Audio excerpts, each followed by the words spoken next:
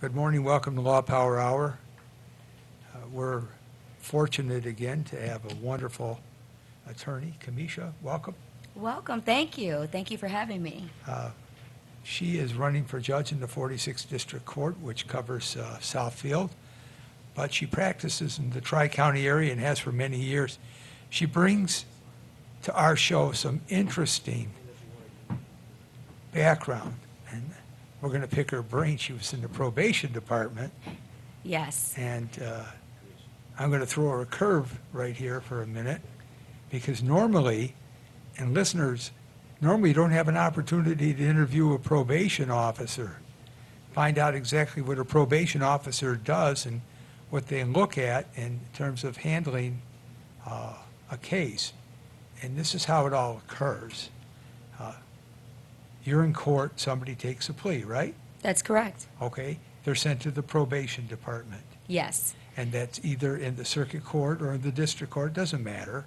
The rules are the same whether you're in Oakland County, Washtenaw County, Ingham County, Wayne County, or Macomb County. It's all the same, right? It is. It's usually the same procedures, whether it's district court, circuit court, any county. And as a general proposition today, if you're a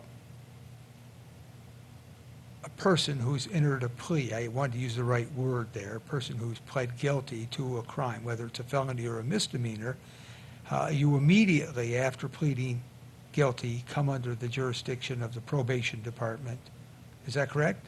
Now, there are some instances where the judge will sentence immediately, and they do not refer the client to the probation department, but for the most part, they are referred to the probation department.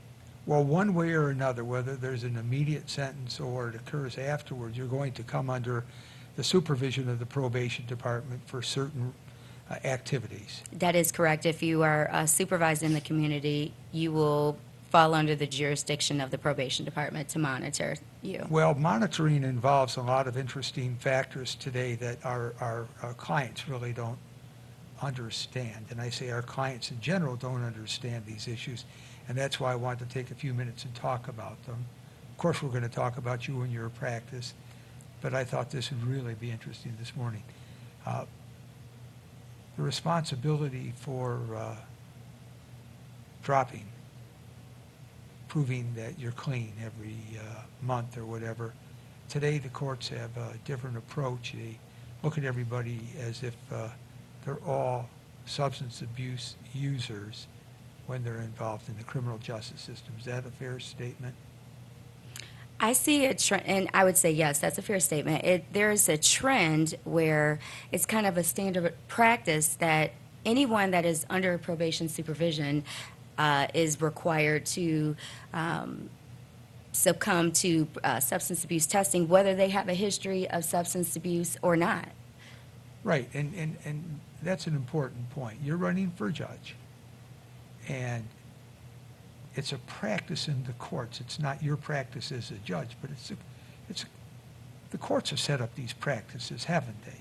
I think in general, I see a trend in my legal practice as a criminal defense attorney that most clients that come through the courthouse have to be tested as a condition of bond, and then even after they've tested for substances and they've even demonstrated that they are negative for an extended period of time, they still have to continue to test for controlled substances even after they've been placed on probation.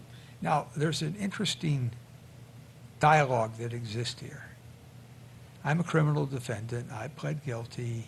I have a medical marijuana card. I'm just going to add facts as we go along. It's not to trick you, but it's to get some points out here. If I don't tell you in probation that I have a medical marijuana card and I test positive, I'm in trouble, right? You will be violated. Right. A positive test, and even a missed test is considered to be a positive test, and you can be violated for missing a test. So the consequences aren't any different if you miss a test or you're violated, but if you have a medical marijuana card, they get a baseline on you when they test you, don't they? Yes, it's really important for attorneys that are representing clients to ask whether or not they have a medical marijuana card and to bring that up to the court. So the court can get a baseline at the time of sentencing or upon their first test and see what. And then there's also an issue. There are certain judges, when you present the information to them, they will not allow the clients to utilize the medical marijuana card. And they are then forced to go back to their doctors and to set up some other alternative treatment plan. So there's some clients that utilize medical marijuana cards, and use medical marijuana to treat an injury or an ailment of some sort, are not allowed to use it. So you are in a very peculiar situation at that time. But yes, it is important to tell the court, the attorney to tell the court up front that your client has a valid medical marijuana card. And the consequences of not following the orders of the court are really serious, aren't they, in terms of the probation department? Oh, absolutely, because anytime you are violated, you subject yourself to the court, and when you come before the court on a violation, you run the risk of your probation being revoked and facing incarceration. Now, when you're in the probation department, there's not a lot of discretion because you've got rules you have to follow. That's correct. There are And- rules. And I'm not trying to be unfair with you. You're not, Oh, no. you're not given a lot of latitude, because I always hear, I went down to probation department, clients tell me, I tested positive, I was dirty, I violated, and I tried to talk to the probation officer, but he wouldn't talk to me about it. And he said, you violated, and we got to go to court. So they don't have much discretion, do they? There is a little wiggle room with probation officers. But I would say with certain violations, such as positive tests, missed tests, or a series of missed tests, absconding, committing new crimes, there's not a lot of latitude. So in general, the probation department is to violate and bring the matter before the court to decide on the issue when those types of violations occur. There can be some discretion with missing reports, client meetings with the probation officer. If you miss a meeting with the probation officer, you may be able to reschedule. If you miss a treatment meeting, you may be able to reschedule. Those are certain things that the probation officer can listen to the information and they can decide whether or not, you should be given another chance. But when society, the community might be at risk, it's mandatory that you bring the matter before the court to decide. And the same applies to community service. If you're ordered to do community service and you're ordered to be there on Saturday and Sunday, and you're ordered to be there at 8 o'clock in the morning, you can't willy-nilly show up at 9 o'clock in the morning because it's not going to count. That's correct. There are especially the work programs where if you've seen the gentlemen or the young ladies on the side of the road with the vests on, those are individuals that are required to do the work program, and they are committed to do a certain amount of hours. They start at a certain time of the day and they go for a certain period of time. And they are extremely strict with the rules. So if you are 3 minutes late, you're not allowed to participate for that day. Now, listeners, it's really important for you to understand, well, Kamisha's running for the bench. She practices law at the present time, and she has a wealth of knowledge. She's just sharing with you her experience working as a probation officer, so she knows the issues that you're going to be faced with when you enter a plea and you run the risk of violating the rules of the probation department. We'll be right back. We're going to talk about her practice a little bit. Thank you.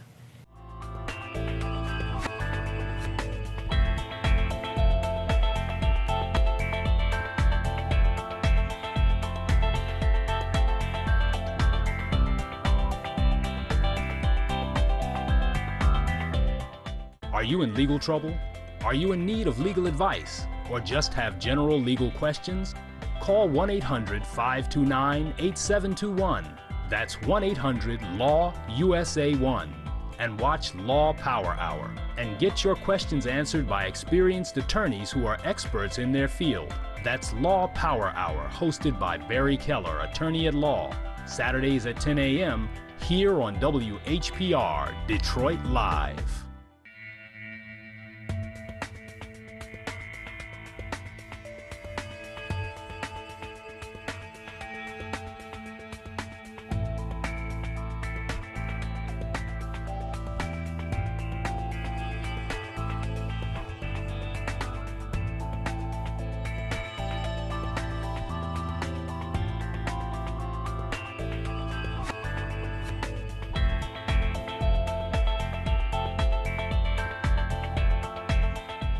Well, we're going to talk a little bit about Kamisha's practice, and when I say a little bit about her practice, I'm not minimizing what she does. She comes to us with a wealth of experience. She was a clerk, 2 judges in Oakland County Circuit Court. Yes. What judges did you clerk for? I clerked for the Honorable Alice Gilbert, who's now retired, out at the Sixth Circuit Court. I was in my going into my second year of law school at the time, so I was one of her clerks until she retired from the bench. And then I worked for the Honorable Michael Warren, who is still a sitting judge at the Sixth Circuit Court. So I had that experience with those 2 judges in the criminal civil division. They just had a huge verdict in Michael Warren's court the other day on a civil case, so it's interesting. One thing I'll say about Judge Warren, he and I don't see eye to eye in everything, but he lets you try your case and argue your case. Oh, absolutely. And, you know, when he was new on the bench, that was one of the things, the consistent things that I heard about him from the attorneys is that he will allow you to put your case on, and you may not. And you know, even being a former clerk of Judge Warren, I appear in front of him from time to time, and we may disagree on certain issues, and you know, but at the end of the day, he is consistent. So let's talk about your criminal practice, because unfortunately we get a lot of people who have criminal issues involving members of their families. In fact, I just had a call yesterday. I had to refer a fellow to an attorney in Fairfax, Virginia. And I had got him acquitted on a criminal charge here, and I got so mad at him, he got in trouble again, but that's another issue. It happens. We don't have time to we don't have time to get mad. Right. We're in the business of understanding. Absolutely. So what kind of criminal cases are you handling? I've handled all types of criminal cases, from the traffic matters that clients come to me for, like a driving while license suspended, which is considered to be a traffic misdemeanor, to misdemeanor cases, which could be a possession of marijuana case, operating while intoxicated case, a disorderly conduct case, domestic violence case.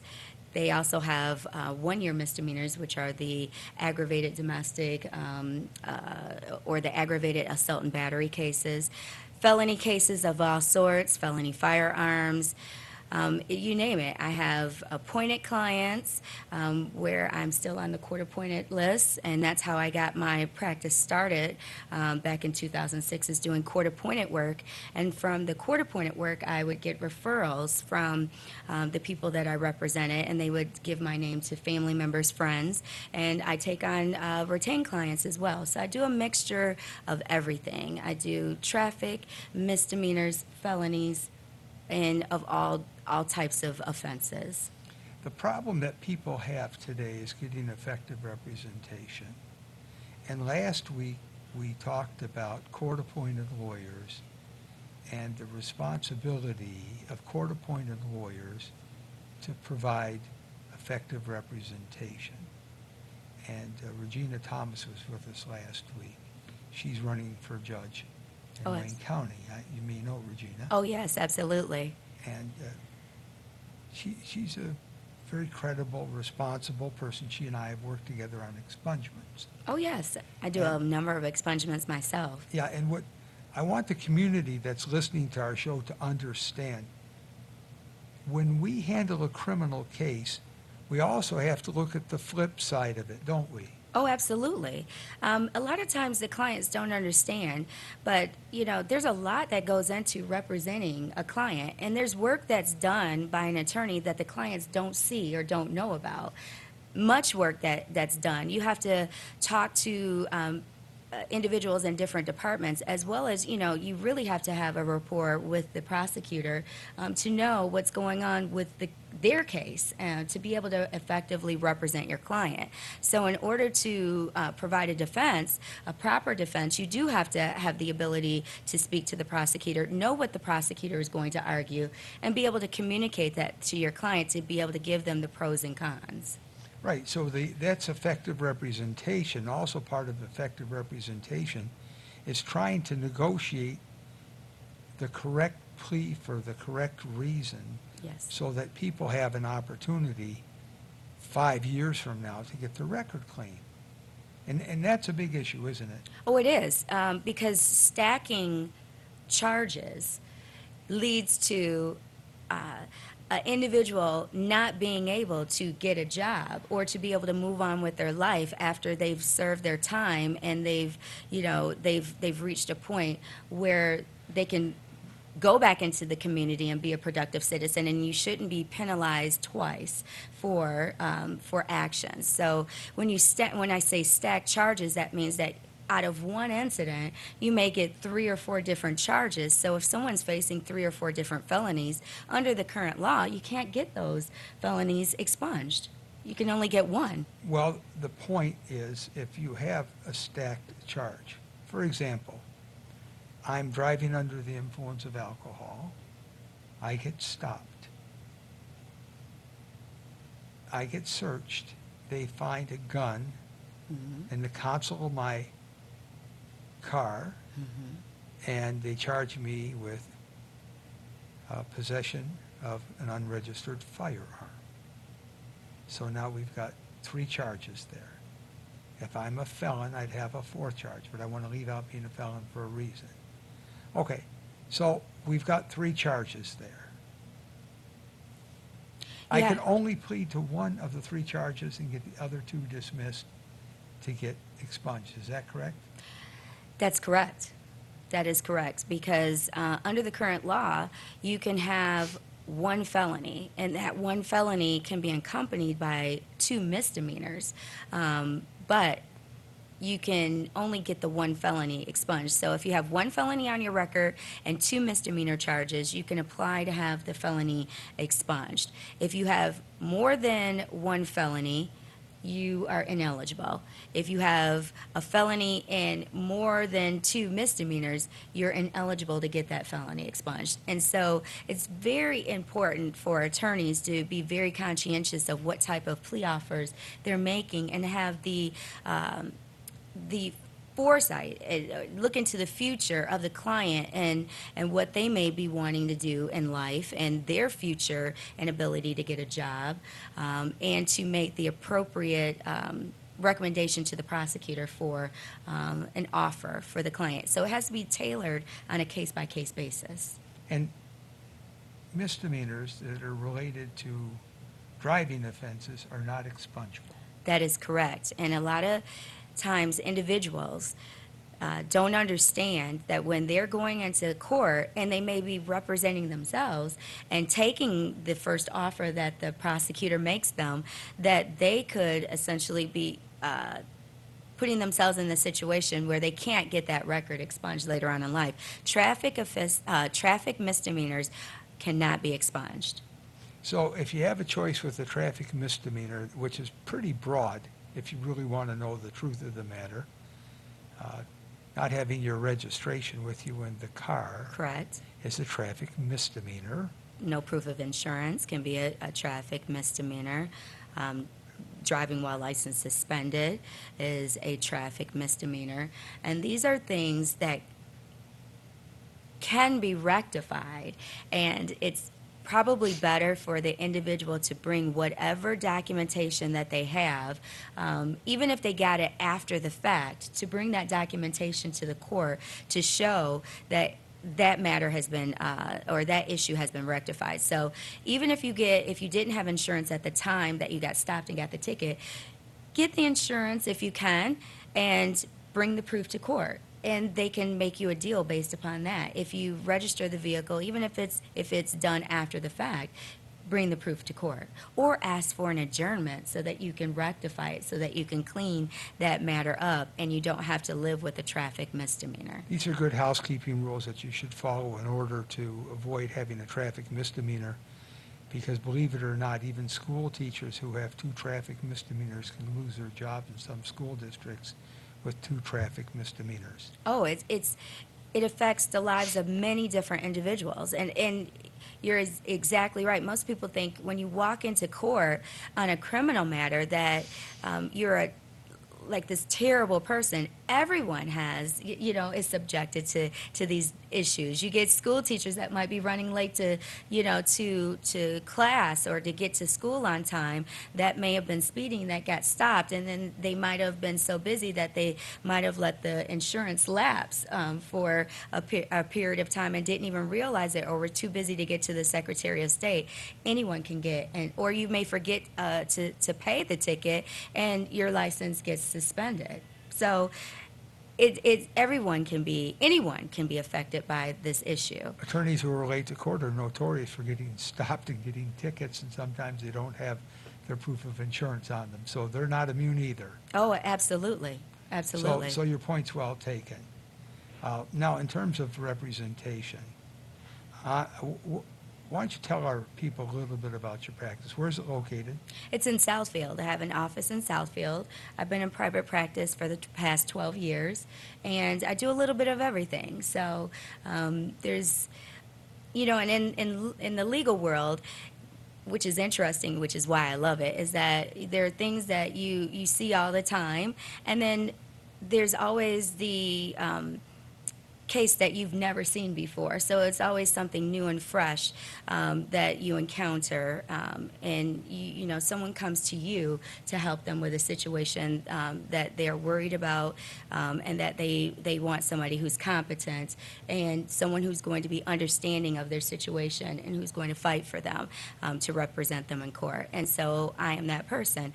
I've been that person for some time. And in addition to my private practice, which focuses on many different areas of the law, I also have been a consultant through Neighborhood Legal Services. It's the Children's Justice Center, and it's a program called Street Law. So it takes me into the public schools, and I talk to students about law-related information. And it was part of the social studies curriculum to get the MEP scores up some years ago, because I started in 2004. And now it's kind of morphed into a different program where we offer the kids trial advocacy, where they train for a mock trial competition and they compete against other schools at their grade level. Well, that's really exciting. Now we run into a situation, you're talking about child advocacy, guns in school. We're going to take a break. We're going to talk about the new decision from the Michigan Supreme Court that just came down yesterday. And I'm sure you're aware of the new decision on guns in school. And we'll talk about kids bringing weapons to school and the consequences of it, because I'm sure you've handled some of those cases, haven't you? Oh, yeah. I represent adults and I represent juveniles as well. And so, guns are an issue for the community, and it's a concern. But as a defense attorney and representing clients of all walks of life, there are certain situations where you have to be very understanding of a person who comes before the court and has a charge of that nature. We'll be right back.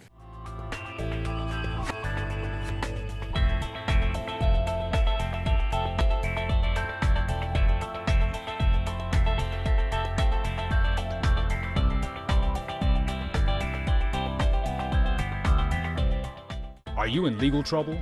Are you in need of legal advice? Or just have general legal questions? Call 1-800-529-8721. That's 1-800-LAW-USA1. And watch Law Power Hour and get your questions answered by experienced attorneys who are experts in their field. That's Law Power Hour, hosted by Barry Keller, attorney at law. Saturdays at 10 a.m. here on WHPR Detroit Live.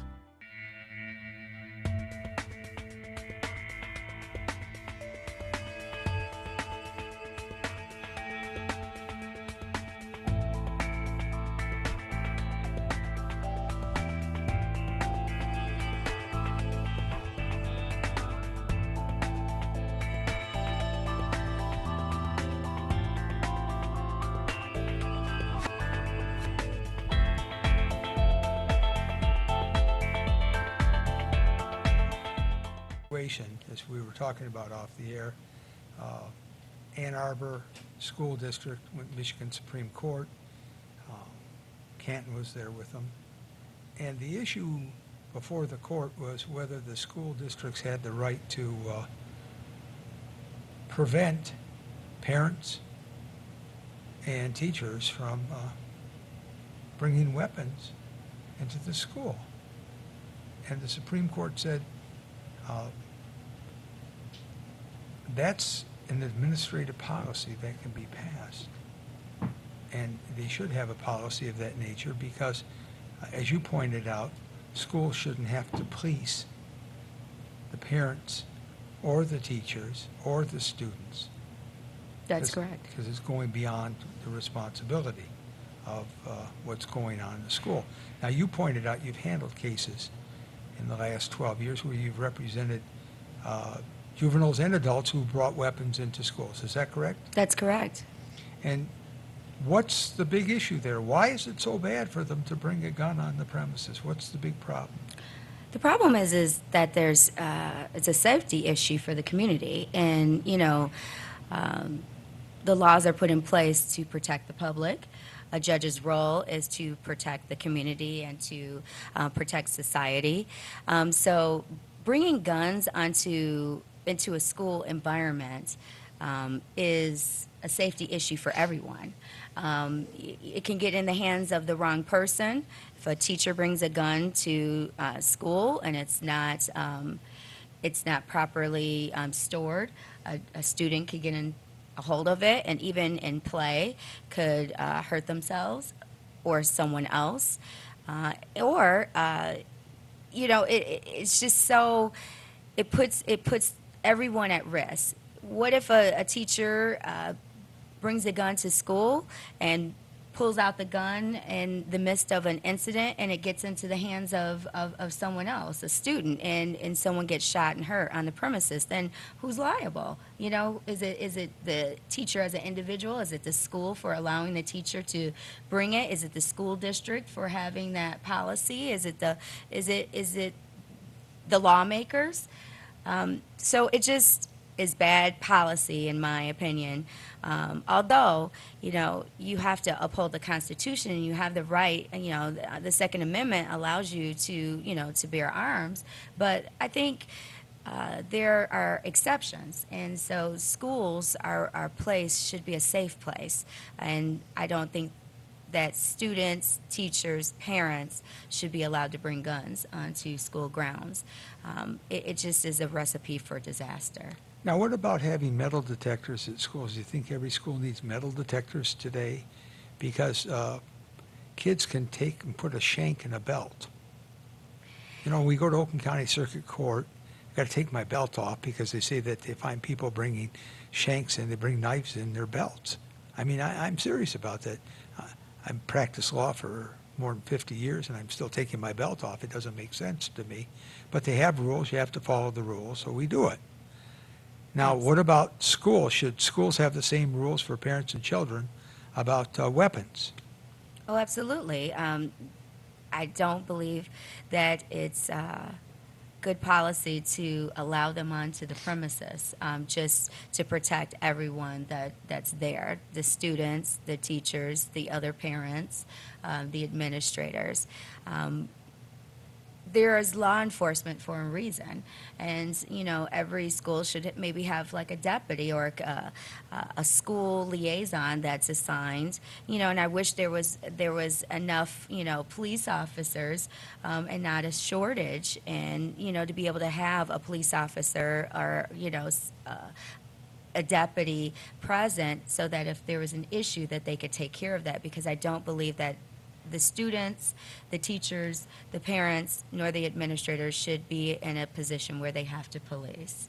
Education should be the focus. Education should, educating the students and preparing them for the future should be the focus. So I have a 14-year-old son.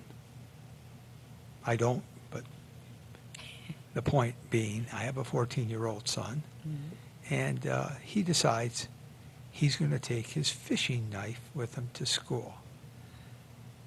because he thinks that if he can carry his fishing knife when he goes fishing in his belt, he's old enough and responsible enough that he ought to be able to take his knife with him to school every day. So he gets to school, and the principal takes him in the office, and I get a call. He's being suspended from school. And then I get a call from the police department that he's being charged with a crime as a juvenile. And you've got to represent him in two different arenas there. One is the suspension, Correct. and the other one is the crime. So what do you do to help me out? Well, in that case, each of those cases is a separate matter. You know, the goal is to educate students. And so, and I understand from the school's perspective, the school's goal is to protect the students in educating them as well. So weapons wouldn't be prohibited, and the policy is if you bring a weapon to school and it violates the code of conduct, then there's some sort of punishment. I think expulsion may be harsh under the circumstances. I think that everyone should be given an opportunity.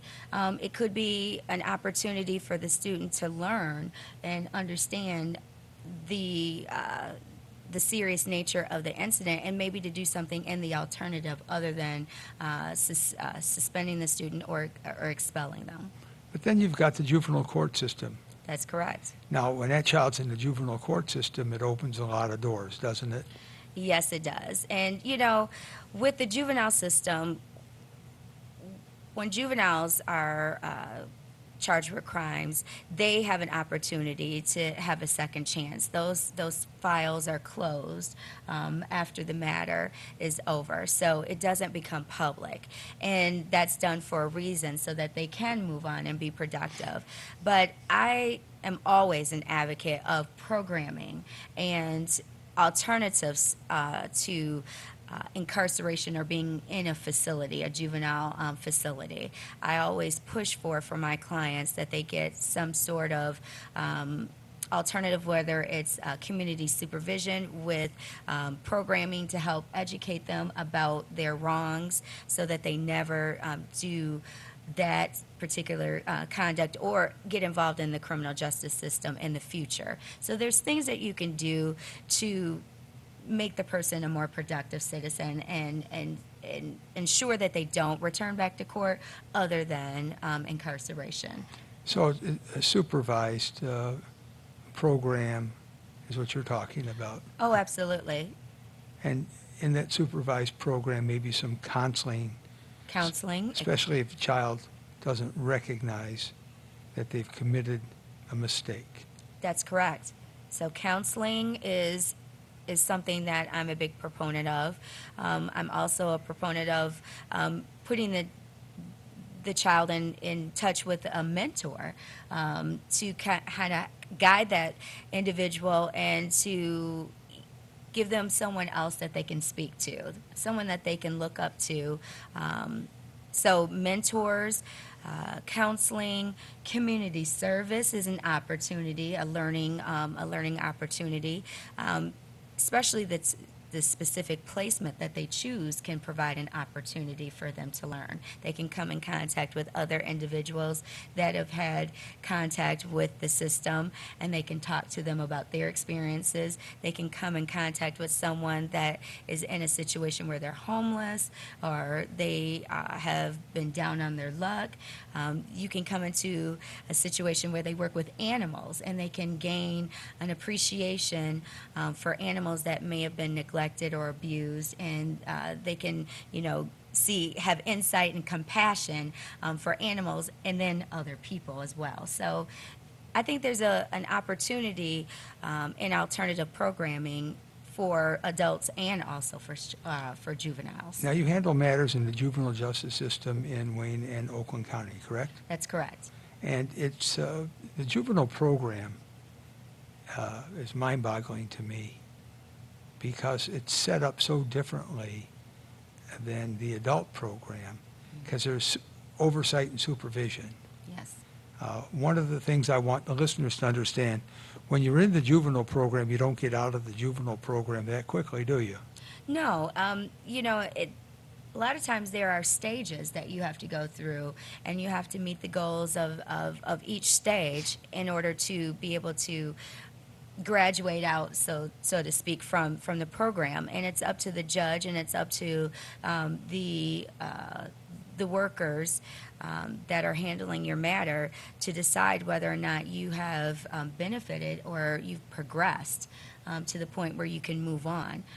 So it can be, the process can be short, but then it can also kind of, depending on the issues that you face, you can be in the system for a period of time. One of the problems that I see in my practice is that there's a reluctance in the part of parents or grandparents to turn their children or grandchildren in. And they're not doing them a favor, are they? It's difficult. And I even see that with adults. It's very difficult to be in a situation where you are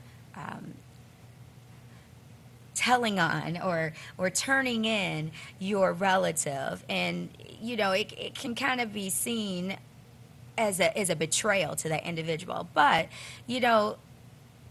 you have to give the person the opportunity to learn, and going through the system. And I have to say, if the right jurist is presiding over the matter, and you have the individuals involved that care about the individual, it can be a learning experience. It can be an opportunity for that person to see things from a different perspective and never engage in that conduct in the future. So I would say that it's very important for relatives to get involved in their case and to help them through the process and the system. One of the areas that we don't talk too much about, but you mentioned in passing, is important, is domestic violence. In the area of domestic violence, you're not doing your family a favor if you don't turn that individual in, because it becomes a reoccurring problem in the household, and spousal abuse, child abuse, personal relationships between men and women where there's that kind of abuse. You don't have to be married to have a domestic violence charge. Is that you're not doing that individual who is committing the violent acts a favor by not turning that individual in. And that's true. They're not held accountable for their actions, and it continues, and it becomes where they feel like they're untouchable and that they cannot be corrected, and that they're putting someone in a position where they're in control. And I think that if you start making individuals accountable and you allow them to go through the process, whether it's the criminal justice system or you decide to go through counseling on your own, I think you're doing that person a disservice. Domestic violence is a huge issue that plagues families, individuals, children, adults, and I think individuals have to understand that abusing someone else, whether it's a child, whether it's a spouse, whether it's a girlfriend, or violence is not to be tolerated.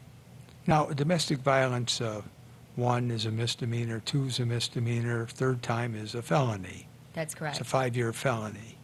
But you threw in something earlier in your conversation about aggravated domestic violence. There's such a thing as aggravated domestic violence, or is that domestic violence second offense? Well, there's such a thing. When I was referring to there's aggravated assault and battery, and an individual can be charged with aggravated assault and battery, and that can be a misdemeanor. There's also aggravated charges as in the in the felony adult system, where I've seen where an individual has assaulted another individual by strangling them, and that's an aggravated situation as well. I just wanted to clarify that. As usual, people are getting up late. It's beautiful out on Correct. Saturday, so nobody's calling in. So there's, yes, so there's assault and battery, and then there's domestic violence. Okay. We're going to be right back. We're going to talk about you and your practice and how to handle some of these issues. Okay, Okay. thank you.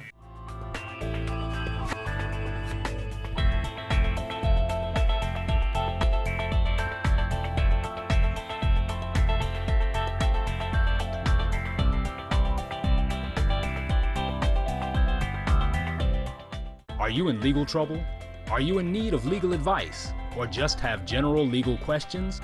Call 1-800-529-8721. That's 1-800-LAW-USA1. And watch Law Power Hour and get your questions answered by experienced attorneys who are experts in their field. That's Law Power Hour, hosted by Barry Keller, attorney at law. Saturdays at 10 a.m. here on WHPR Detroit Live.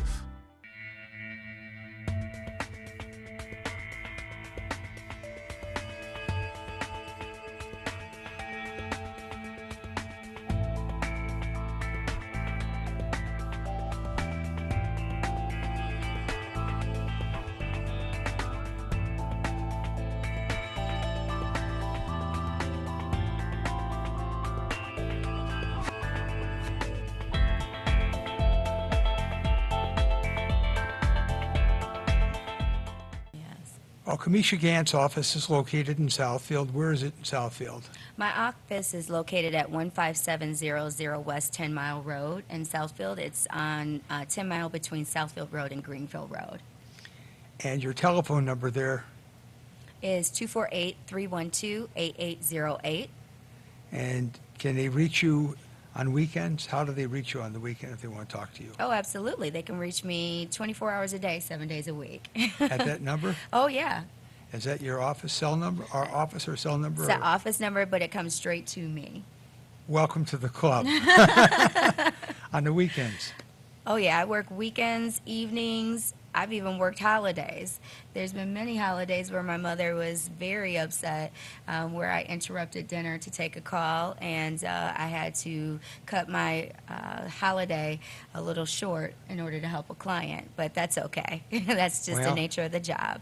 We still do it today. I still get the calls. Last night I had a call, as I told you, yesterday morning, 7:20, I remember. I said, well, wait a second. I don't recognize this number. And it was somebody calling me from Virginia who had got in trouble. So you're accessible and available Oh, yeah, to absolutely. take calls. And I hate to ask you this, but it's important for our listeners. And if we don't have listeners calling in now, this show is repeated several times during the week. What are your hourly rates in criminal cases? How do you work so people understand a little bit more about you? Well, you know what? I talk to the client, and I go by the standard State Bar of Michigan, your years of practice. And so I usually charge between $200 an hour and $250 an hour. However, I always talk to the client, talk about the charge that's involved, and I try to give a reasonable rate that is going to take into account my experience as well as the time that it's going to take me. So although my hourly rate is set at $200 to $250, I might give a flat, rate or an estimated rate for a specific case that comes my way. And, I'm very flexible with clients. No one anticipates having a criminal matter come to them. So it's usually something that's unexpected, and I try to take into consideration the needs of the families when I'm setting my rate. So I'm very conscientious and very fair. I don't want anybody who's listening or maybe listening during the week to be disillusioned. But would you agree with me it takes as much time to handle a felony in the circuit court as it does a misdemeanor in the district court? Oh, absolutely. Absolutely. In my opinion, it's just the venue and the type of charge that's involved. But, each case can be very time consuming. Even a traffic matter can be very, time consuming. You may think, oh, it's, some people are like, oh, it's just a ticket. Well, a ticket can involve, especially when you have someone who drives for a living and they're charged with a reckless driving charge, or they're charged with a driving while license suspended, trying to negotiate a deal for the client. So what we're trying to say nicely is that the attorney's commitment time-wise, at a bare minimum, is going to be 4 to 5 hours, and generally they're going to spend anywhere from 10 to 12 hours in the management of handling the case. Management of handling the case. That doesn't include the telephone calls from the client or talking to the prosecutor or the probation department, but it's a management of the case. And I know in every one of your cases in a felony that you actually talk to the probation department about your client. Oh, I tried. If there's a probation violation involved, I always reach out to the prosecutor, and I always reach out to the probation department to try to assist my client and give them proper representation in court. This is what effective representation in 2018 is all about. Oh, absolutely. It's not sitting there and going in and having a look on your face when you want to talk to the probation department of, hey, help me out. It's communicating and talking with the probation department or the prosecutor, for that matter, in a real world to find out what the charges are and what can be done. That's correct. And I'm going to tell you, if you communicate with your opposition, you can take down a lot of barriers that exist in the practice. Would you agree with me? Oh, I would absolutely agree with that.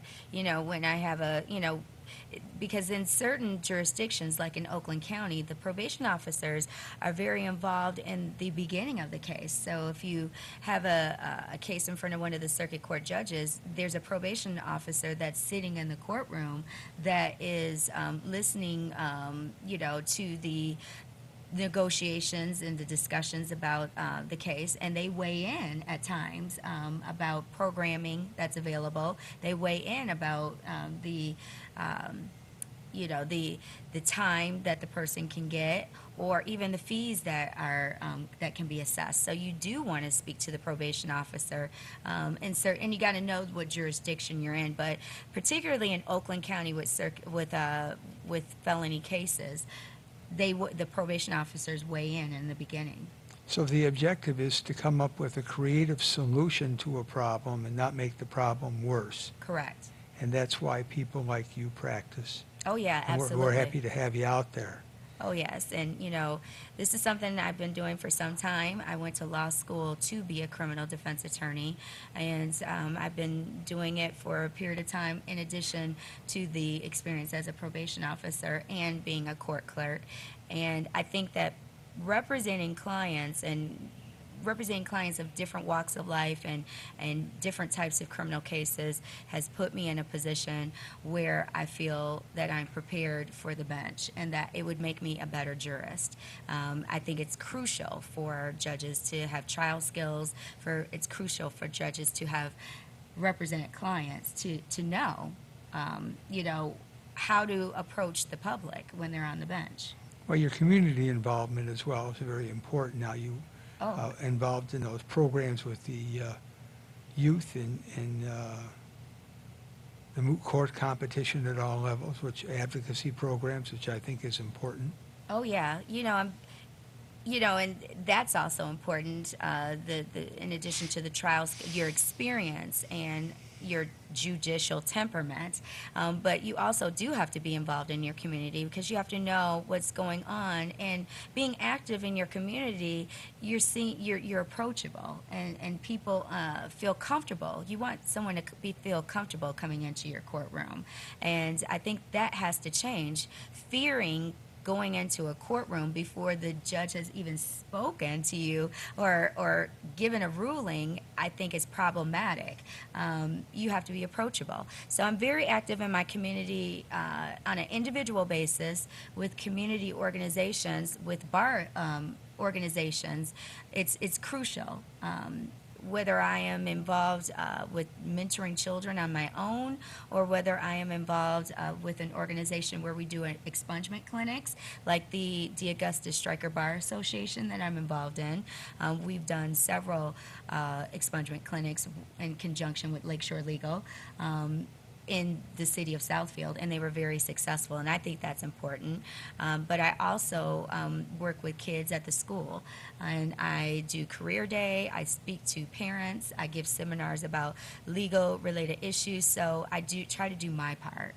So if you need her to speak, she's available. Oh, absolutely. That's what I love doing. Okay, she can be reached at, give them your number, please. You can reach me at 517-410-7690. That is my cell phone number. You can also reach me at the office, 248-312-8808. And I can also be reached by my email as well. And my email is kgant7774@aol.com. Okay, 7774. Thank you for coming. Thank you. Thank you for having It's me. my pleasure, and I wish you the best in the election. Thank you so much. November 6th, write in Kamisha Gant for 46th District Court Judge. Thank you. Thank you.